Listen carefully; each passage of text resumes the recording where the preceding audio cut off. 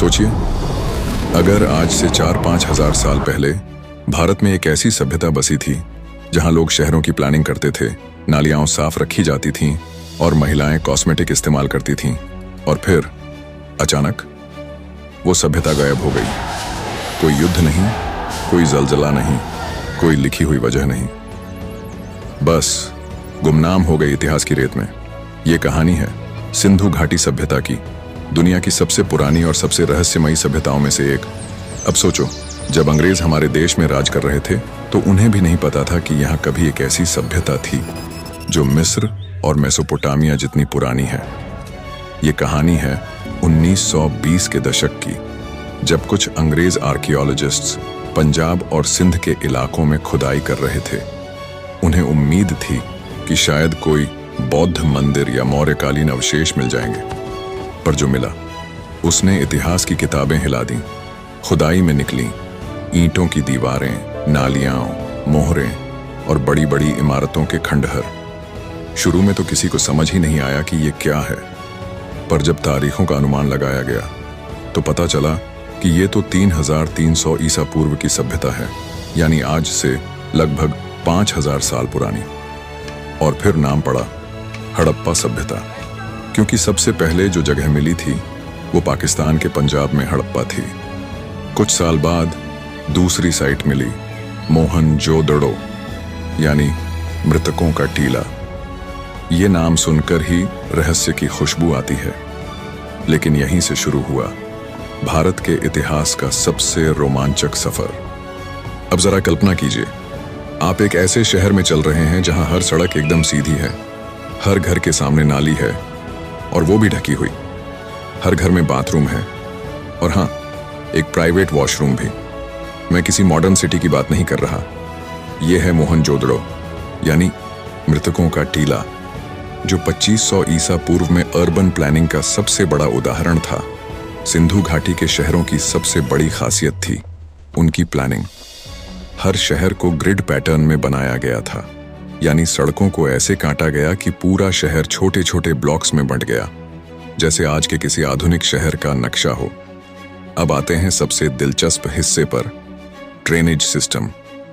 आज भी अगर आप मोहनजोदड़ो या हड़प्पा के खंडहर देखें तो वहां आपको ढकी हुई नालियां मिलेंगी, स्टोन स्लैब्स से ढकी, जिनमें से पानी एक झुकाव के साथ नीचे बहता था। मतलब उस समय जब दुनिया के ज्यादातर लोग खुले में पानी डालते थे, सिंधु घाटी के लोग सैनिटेशन टेक्नोलॉजी का उपयोग कर रहे थे। कई घरों में तो टॉयलेट्स भी मिले हैं प्रॉपर ड्रेनेज के साथ। लेकिन रुको, बात यहीं खत्म नहीं होती। हर घर में वाटर वेल्स यानी कुएं थे। कुछ शहरों में तो लगभग हर तीसरे घर में एक निजी कुआं था। सोचो, उस समय के लोग कितने पानी संवेदनशील थे। हर बूंद का इस्तेमाल सोच समझ कर करते थे। और सिर्फ घर ही नहीं, शहरों में भी एक कम्युनिटी सेंटर था, जिसे कहा गया the great path of Mohenjo-daro. ये था एक विशाल तालाब, ईंटों से बना हुआ, वाटरप्रूफ कोटिंग के साथ। कुछ इतिहासकार कहते हैं ये धार्मिक स्नान के लिए इस्तेमाल होता था, तो कुछ मानते हैं ये किसी तरह का पब्लिक गैदरिंग स्पेस था, जहां लोग त्योहार या रस्में मनाते थे। जो भी हो, एक बात तय है, पब्लिक आर्किटेक्चर के मामले में ये सभ्यता किसी भी मॉडर्न सोसाइटी से कम नहीं थी। और हाँ, इन लोगों को क्लीनलीनेस का ऑब्सेशन था। हर घर में बाथरूम, नाली, पानी की निकासी और यहाँ तक कि साफ सुथरे गार्बेज पिट्स तक मिले हैं। मतलब स्वच्छ भारत अभियान का बीज शायद यहीं बोया गया था। अब बात करते हैं मकानों और आर्किटेक्चर की। सिंधु घाटी के मकान 2 से 3 मंजिला थे, बने थे बेक्ड ब्रिक्स से, यानी पकी हुई ईंटों से, जो आज भी उतनी ही मजबूत हैं। हर घर का अपना कोर्टयार्ड था, छतें सपाट थीं और कुछ घरों में वेंटिलेशन का बेहतरीन सिस्टम भी था। अब सवाल उठता है, ऐसा एडवांस्ड आर्किटेक्चर उन्होंने सीखा कहां से? क्या ये खुद विकसित हुआ या किसी और सभ्यता से इन्फ्लुएंस मिला? तो रिसर्चर्स मानते हैं कि ये पूरी तरह इंडिजिनस यानी स्वदेशी विकास था। उनके पास स्थानीय मिट्टी, पत्थर, लकड़ी, जो भी संसाधन थे, उन्होंने उनसे ही एक इको फ्रेंडली सिविलाइजेशन बना डाली। अब जरा उनके लाइफस्टाइल की बात करते हैं। सिंधु घाटी के लोग बेहद व्यवस्थित और साफ सुथरे थे। उनकी क्लोथिंग में कॉटन प्रमुख था, क्योंकि इस सभ्यता में ही पहली बार कॉटन वीविंग के सबूत मिले हैं। मतलब India was already the land of textiles. और मेकअप, ओह बिलीव मी, वो लोग स्टाइलिश भी थे। मिल चुकी हैं काजल की डिब्बियां, कॉस्मेटिक के बर्तन, यहां तक कि लिप कलर्स और परफ्यूम्स के निशान भी। मतलब फैशन और ग्रूमिंग का लेवल हाई था। बस इंस्टाग्राम नहीं था। इतना ही नहीं, उनके पास स्टैंडर्डाइज्ड वेट्स और मेजर्स भी थे।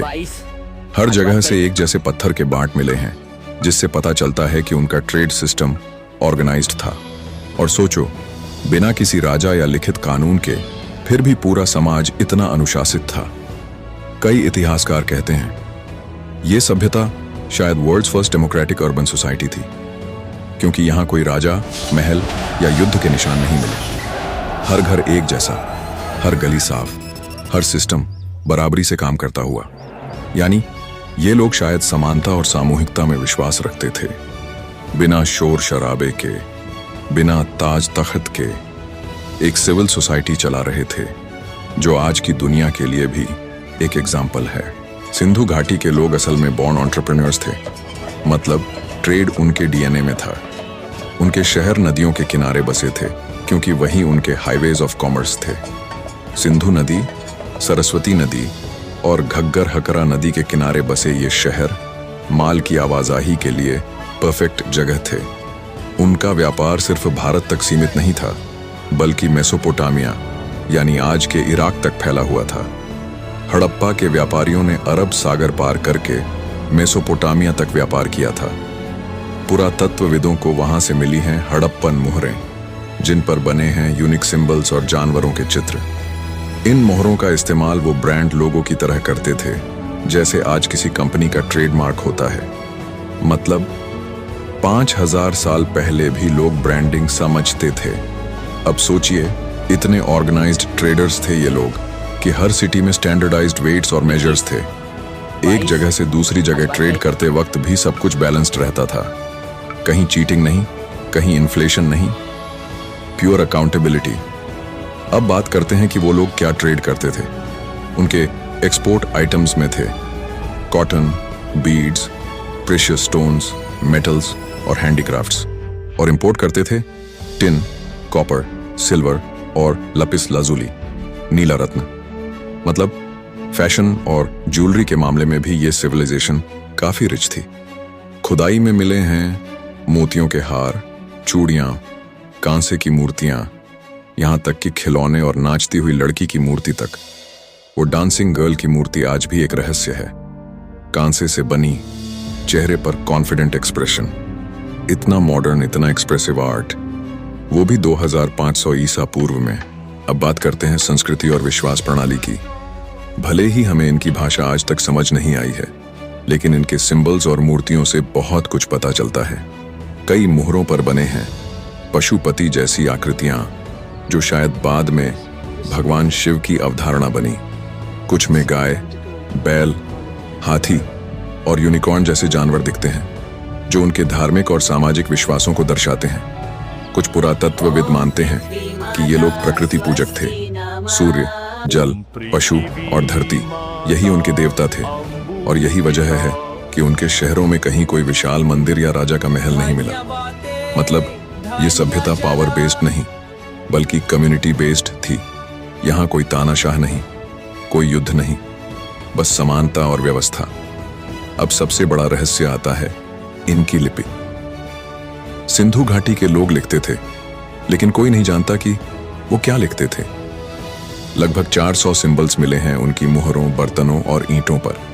कुछ वर्टिकल, कुछ हॉरिजॉन्टल, पर अब तक कोई साइंटिस्ट इन्हें पढ़ नहीं पाया।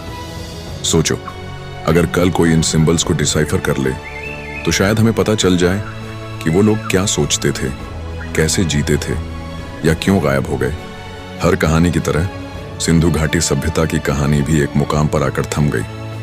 वो सभ्यता जिसने हजारों साल तक अपने नियमों, तकनीक और संस्कृति से दुनिया को चकित किया, और एक दिन अचानक गायब हो गई। कोई नहीं जानता कि आखिर ऐसा क्या हुआ।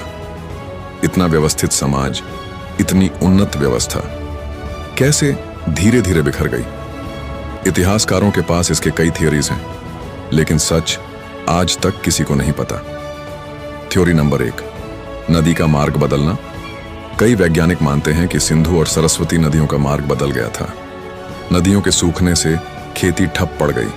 पानी की कमी से लोग अपने शहर छोड़ने पर मजबूर हो गए। कुछ हजार सालों में ये शहर वीरान हो गए और सभ्यता धीरे धीरे खत्म हो गई। थ्योरी नंबर 2, आक्रमण या संघर्ष। दूसरी थ्योरी कहती है कि यह सभ्यता किसी बाहरी आक्रमण का शिकार हुई। शायद आर्य लोग, जो बाद में उत्तर भारत में बसे, उन्होंने इन शहरों पर हमला किया और इन्हें नष्ट कर दिया। लेकिन इस थियोरी पर अब सवाल उठने लगे हैं, क्योंकि खुदाई में किसी बड़े युद्ध के निशान नहीं मिले हैं। न जलाए हुए शहर, न हथियारों के ढेर। मतलब यह थियोरी उतनी मजबूत नहीं लगती। थ्योरी नंबर 3, पर्यावरण और जनसंख्या का दबाव।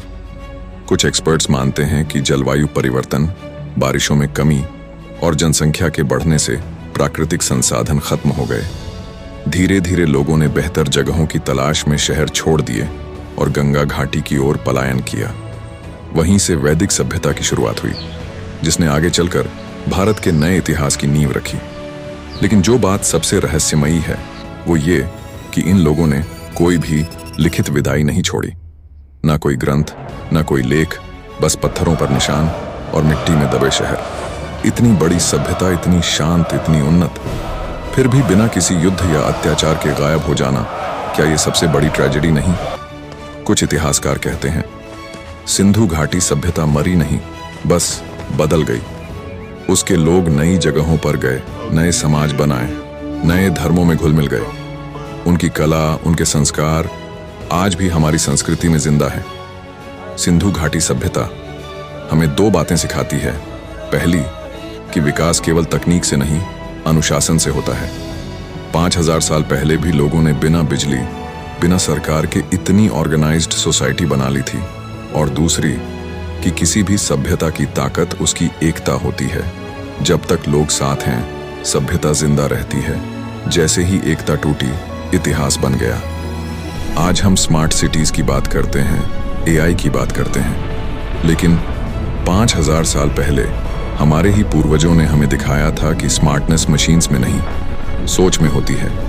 तो अगली बार जब आप किसी इतिहास की किताब में हड़प्पा या मोहनजोदड़ो पढ़ें, तो उसे बस एक सभ्यता की तरह मत देखिए। उसे देखिए एक याद दिलाने के रूप में कि भारत की मिट्टी में कितनी बुद्धिमत्ता, कितनी शांति और कितनी कहानी छिपी है। आपको हमारी वीडियो कैसी लगी? कमेंट करके ज़रूर बताइएगा और हमारे चैनल को सब्सक्राइब कर लीजिए।